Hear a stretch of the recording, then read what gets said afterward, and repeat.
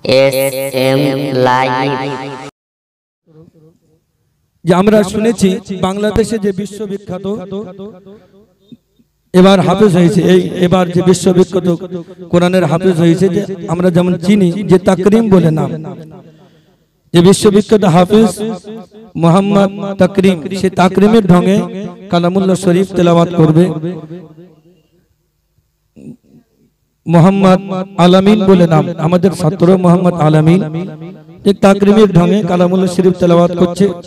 আচ্ছা, তার আগে আমি বলি, তার আগে আমরা শুনেছিলাম যে বাংলাদেশে বিশ্ববিখ্যাত হয়েছিল যে কারি নাজমুস সাকিব, হাফিজ কারি নাজমুস সাকিব সর্বপ্রথম বাংলাদেশে যখন বিশ্ববিখ্যাত হয়, তখন থেকেই সারা পৃথিবীতে ভাইরাল হয় যে কোরআনের হাফেজের বিশ্ববিখ্যাত হচ্ছে।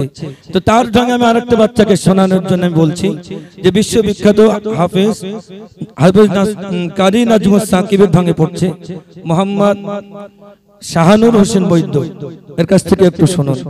এবার কোরআন তেলাওয়াত করছে মোহাম্মদ শাহানুর হোসেন বৈদ্য।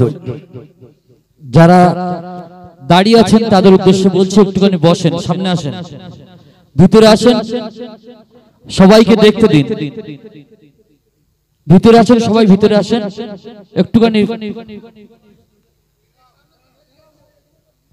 আসসালামু আলাইকুম ওয়া রাহমাতুল্লাহি ওয়া বারাকাতুহু।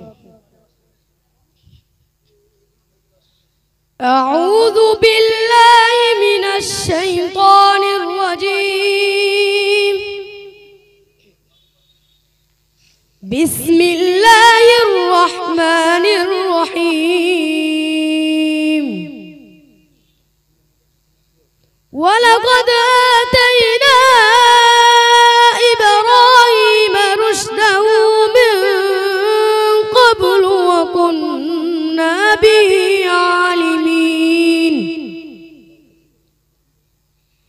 إذ قال لأبي وقومه ما هذه التماثيل التي أنتم لها عاكفون قالوا وجدنا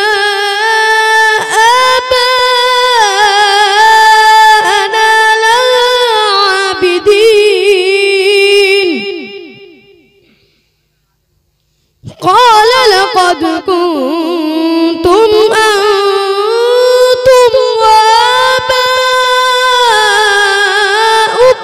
في ضلال مبين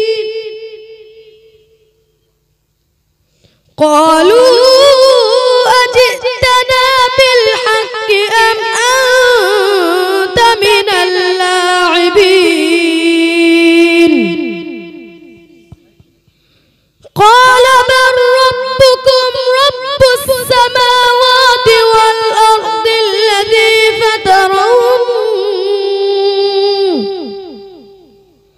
وأنا على ذلكم من الشاهدين